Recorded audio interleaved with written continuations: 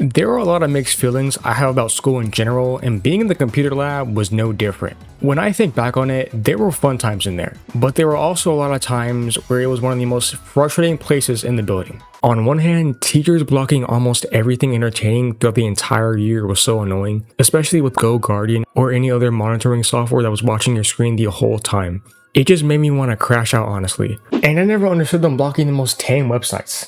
Like, why are we blocking YouTube of all websites? You realize there's actually educational content on YouTube that students could use to learn something while at school. There are tutorials of literally every subject taught in school sitting right there on YouTube, and for some reason, it's blocked. What do you gain from blocking it? I don't get it. Like, who is sitting in an office going through a list of websites and landing on YouTube and thinking, yeah, this is the one that needs to go? What is the thought process there? Normally I would just use a VPN too, but good luck trying to install that on a school computer. And even if you could somehow find a workaround for the whole school network, they would eventually figure it out. And then you'd have to redo the entire process from scratch. And even with YouTube, if we had finished all of our work, where's the harm in having a little bit of fun after? The work is done, everything that was asked is complete, and some teachers would still close your tab mid-game like it was their sole mission to make sure you couldn't enjoy a single second of downtime. Some teachers are low-key evil for that. Like, at least let the people who finish their work enjoy the remaining time. You already got what you needed from them anyways.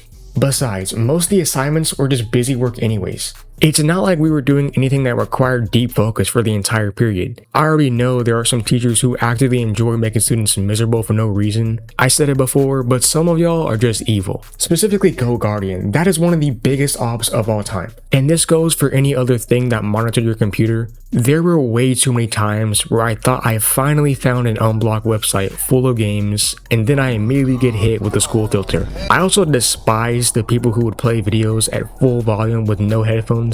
This is something I will never fully understand. I understand forgetting your headphones one day, that's fine, but if you are doing this every single day, bro, just get some headphones. Most teachers already had a set you could borrow that were probably pretty bad quality, but at least you wouldn't be annoying the entire computer lab to whatever you're watching at maximum volume. The secondhand embarrassment that came out when it was a wild audio too was crazy. Some people just had absolutely zero awareness of the space around them and would be fully locked into their screen while everyone else was just sitting there awkwardly. And then there were the people who would always forget to log out. I will never understand this either. Every time you sit down at a computer, there's a solid chance it's still logged in to whoever had it before you. And a lot of people are genuinely lucky that I'm a decent person, because imagine how evil I could have been if I just deleted all their progress. But a little side note, to the people who left it open for assignments, you are the goats, bro. That saved me way too many times. But it wasn't all bad though, because on some days, walking into the computer lab felt like heaven. Especially when I had it for certain classes and got to go there every day instead of once every few weeks like in elementary school. To be honest, other than playing a lot of games, I don't even really remember much of the actual work we did there. I remember state testing, which was its own separate experience, sitting in those chairs for hours staring at a screen, and iStation, if you even remember that one. I still have no idea what I was actually supposed to be doing on iStation. It just felt like a bunch of busy work designed to waste the rest of the day. And then there's, unfortunately, one of the biggest horrors of school, IXL.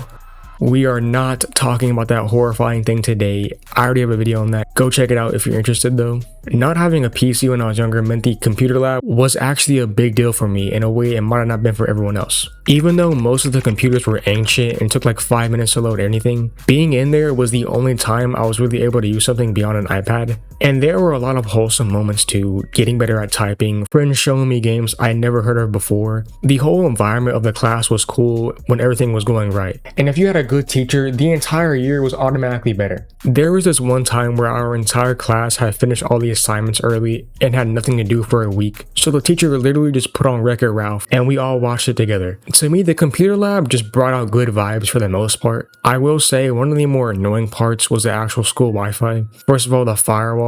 Like I mentioned earlier, any website that could give you any amount of enjoyment was blocked before you even had a chance to try it. And it wasn't just games, it was random websites that had absolutely no reason for being blocked. Even sites that were literally educational and that you sometimes needed for your own assignments were getting flagged. I need to know what was going on in some of the staff's heads when they blocked the most random websites that don't violate anything. Trying to submit an assignment before a deadline while the Wi-Fi was terrible was also a specific kind of stress that I don't think gets enough recognition. And then when it would also fully drop right in the middle of a test, it all sucks too because it's not your own PC, so you can't just save anything there because other people got to use it too. At least on my phone, I had a VPN, but try getting that on a school computer. It would probably have crashed everything before you even got close to actually installing it. So the only stuff you were reliably going to be able to load was browser games, which, speaking of that, there are too many browser games I was introduced to. Super Smash Flash, Run 3, Slope,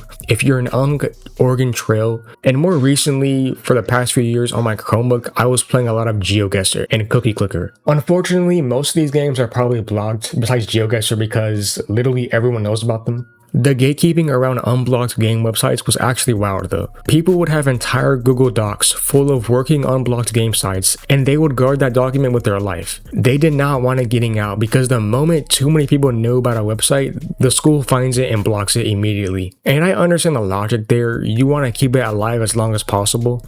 But also, come on, let people enjoy things while they last. The school was going to find out eventually either way, and you might as well have just shared it while it was still working. The era of a good unblocked game site was always temporary regardless of how hard you guarded it, because it all gets blocked eventually. Random rant, but I will say I miss being in the computer lab a lot, especially given the Chromebooks. The downgrade is wild, like you can't do anything with them. There's only cool math, and you can barely even run anything with the browser. I don't know why schools thought Chromebooks would be a better idea other than them being cheaper, which makes sense considering they only care about money. These days, every kid in every school got their own little computer in the classroom to do their schoolwork on. Y'all do not get it. You don't understand. You don't know the prime computer lab.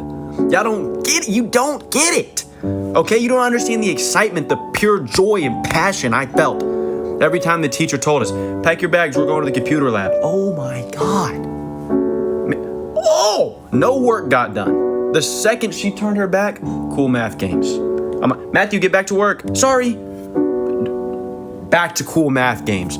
There's going to be a lot of kids growing up that aren't going to be able to experience the whole computer lab vibe and trying to finish any assignment as fast as possible in order to play your favorite game for the rest of the class.